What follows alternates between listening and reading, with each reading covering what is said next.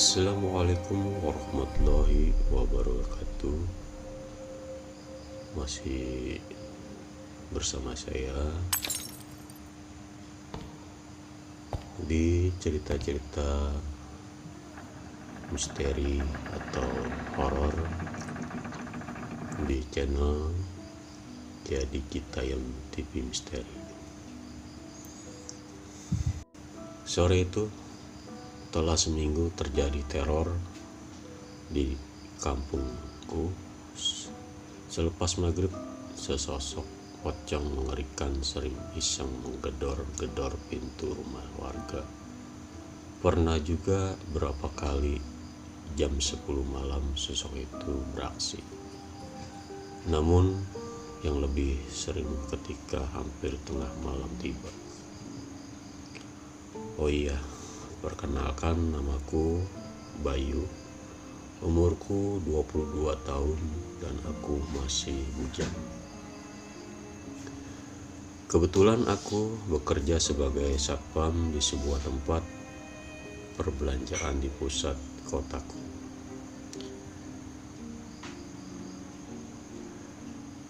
Jarak dari rumahku ke tempat kerja kurang lebih 30 km.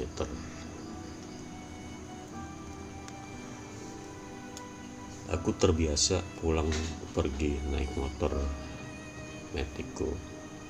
Ya kira-kira hanya perlu waktu 20 menit perjalanan. Aku tinggal di sebuah desa di pinggiran kota. Aku hidup bersama ibuku saja karena ayah sudah tiada semenjak aku berumur 17 tahun.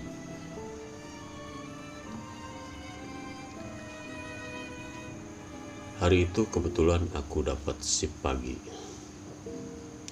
Jadi sore hari aku sudah berada di rumah menemani ibu. Sebelum azan maghrib, aku sudah menutup pintu rumah rapat-rapat. Aku duduk di ruang tamu ditemani secangkir kopi dan sebungkus rokok kretek. Sedangkan ibuku berada di dapur menyiapkan dagangannya untuk besok. Oh iya, ibuku penjual gorengan. Biasanya beliau menitipkan dagangannya ke warung-warung milik tetangga. Dok, dok, dok, dok. Terdengar suara gedoran di pintu tetanggaku begitu keras. Hampir saja membuatku tersentak. Tak kala beberapa seruput kopi masuk ke tenggorokanku. Kuletakkan cangkir kopiku ke meja dan kurai sebatang rokok. Lantas kunyalakan, kuhisap pelan dan kuhembuskan ke udara. Aku mengendap-endap mendekat ke pintu jendela rumahku. Kusibakan pelan-pelan kain gorden dan yang menutup jendela. Mataku menelusuri arah utara mencari di mana sumber suara gedoran itu berasal. Dok, dok, dok. Benar saja. Pocong itu membentur-benturkan kepalanya sendiri ke daun pintu tetanggaku. Walaupun rumah yang kedatangan tamu pocong itu berselang satu rumah dari rumahku, namun aku masih bisa melihatnya dengan jelas. Dok, dok, dok, dok. Lagi-lagi suara gedoran itu muncul kembali. Jidat pocong beradu dengan papan kayu. Pemilik rumah namanya Pak Sarjo. Biasa aku panggil Licu. Hidup bersama anak laki-lakinya yang masih SMP, sedangkan istrinya merantau ke negeri jiran. Di rumah Lijo nampak tak ada aktivitas apapun. Aku yakin bahwa Lijo saat itu juga pasti takut bukan main. Mungkin Lijo juga pilih bersembunyi di kamar tidurnya daripada harus menjamu pocong tersebut. Dok, dok, dok. Aku masih mengamati tingkah pocong itu dari balik jendela rumahku. Sebenarnya aku juga takut, namun sampai saat ini untungnya rumahku belum kedapatan sekalipun dikunjungi sosok tersebut, dan semoga saja tidak akan pernah.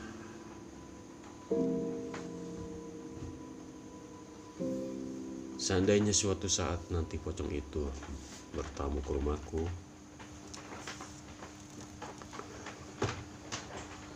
bisa jadi aku lebih panik dan memilih masuk ke dalam lemari atau bahkan bersembunyi di kolong tempat tidur. Aku tak bisa membayangkan betapa ngerinya.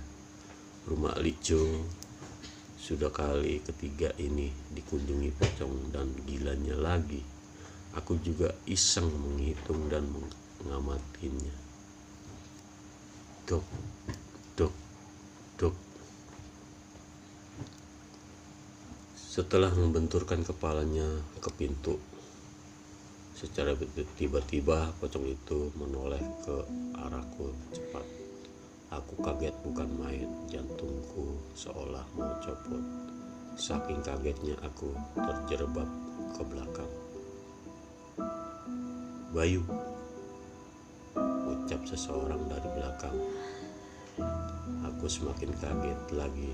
Beruntung saat ku toleh, ternyata itu ibuku sendiri sedang berdiri menghampiriku di ruang tamu. Pocong, Bu, di rumah Lijo, jawabku gemeteran. Ibuku hanya diam mendengar penuturanku. Rupanya selalu bergeming juga ketika tahu rumah Lijo kedatangan pocong kembali, sedangkan aku sendiri masih terduduk lemas di lantai. Masih tergambar jelas dalam ingatan bagaimana mengerikannya wajah pocong itu. Mukanya hitam gosong, matanya melotot, wajahnya berkoreng dan mengeluarkan mata. Membuatku berdiri. Bayu, wes, gak usah ngintip-ngintip, ucap ibu lalu duduk di kursi. Ya, Bu, saatku lalu menyusul wanita yang melahirkanku 22 tahun yang lalu. Kopi nih, diombe, keburu dingin, suruh ibu padaku. Bu, kenapa kok air-air ini? Pocong itu selalu mendatangi warga kita, Bu, tanyaku setelah menyeruput kopi. Ibu juga enggak tahu, Le. Apa mungkin salah satu warga desa kita ada yang mempelajari ilmu ya, Bu? Umam dan mengangkat bahunya.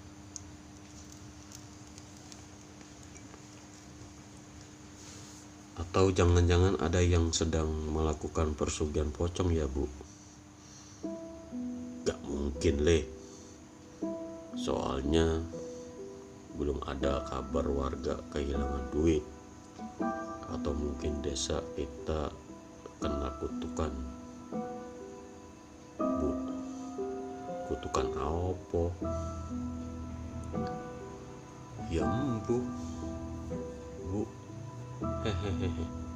Ya kali aja, namanya juga nebak, ucapku cengar-cengir. Wes, gak usah mikir yang macam-macam, sampean belum makan toh. Udah, ayo kita makan bareng, Le, ajak ibu. Lah, Tidak Bu, Bayu makan nanti saja, masih belum lapar, kilahku. Padahal aku sendiri masih belum bisa melupakan wajah pocong mengerikan tersebut. Bagaimana mau bisa makan dengan lahap kalau dalam otakku pocong itu masih membayangi. Ya wes, ibu makan duluan ya, Le. Nggih Bu, jawabku. Ibu berlalu ke arah dapur, hendak makan malam. Aku menjeruput kembali kopiku dan menikmati rokok yang terselip di jemariku. Ku hisap pelan-pelan hingga nikotinnya berasa di dada, seolah memberikan rasa ketenangan pada otakku. Dok, dok. Tiba-tiba pintu rumahku digedor pelan. Aku menoleh cepat ke arah pintu rumahku, memastikan bahwa gedoran itu memang berasal dari rumahku. Dok, dok, dok. Mati aku, batinku dalam hati. Benar, suara itu berasal dari pintu rumahku sendiri. Bagaimana ini? Harus kemana aku ini lari? Bersembunyi di mana? Sialan. Otakku bekerja cepat memikirkan hal-hal yang akan terjadi nantinya, namun organ tubuhku yang lain tidak sejalan, mengimbangi kaki dan tanganku seperti tak bertulang, penuh lemas tak berdaya. Dok, dok, dok. Ketukan kembali terdengar. Seketika pandanganku tertuju pada kain gorden jendela yang tadi kusingkap untuk mengintip. Apesnya kain gorden jendela itu belum kurapikan kembali, jadi sebagian masih terbuka. Ketika keringatku bercucuran liar, apa jadinya jika pocong itu manggung di kaca jendela? Betapa hancur dan mengerikan wajahnya akan terpampang sejurus dengan tempatku berdiri. Wow, bisa-bisa aku tak enak makan selama seminggu. Le, ayo, ono tamu, pintunya kok nggak dibuka piye toh? Ibu mendekatiku dari arah dapur. Mungkin beliau mendengar suara pintu diketuk berulang. Jangan Bu, itu pocong dari rumah Li Jo pindah ke sini Bu. Hah, yang benar? Kamu yakin Le? Jangan nakutin ibu gitu. Seketika ibuku semakin merapat kepadaku. Tak ayal kami berdua semakin menggigil ketakutan. Bro.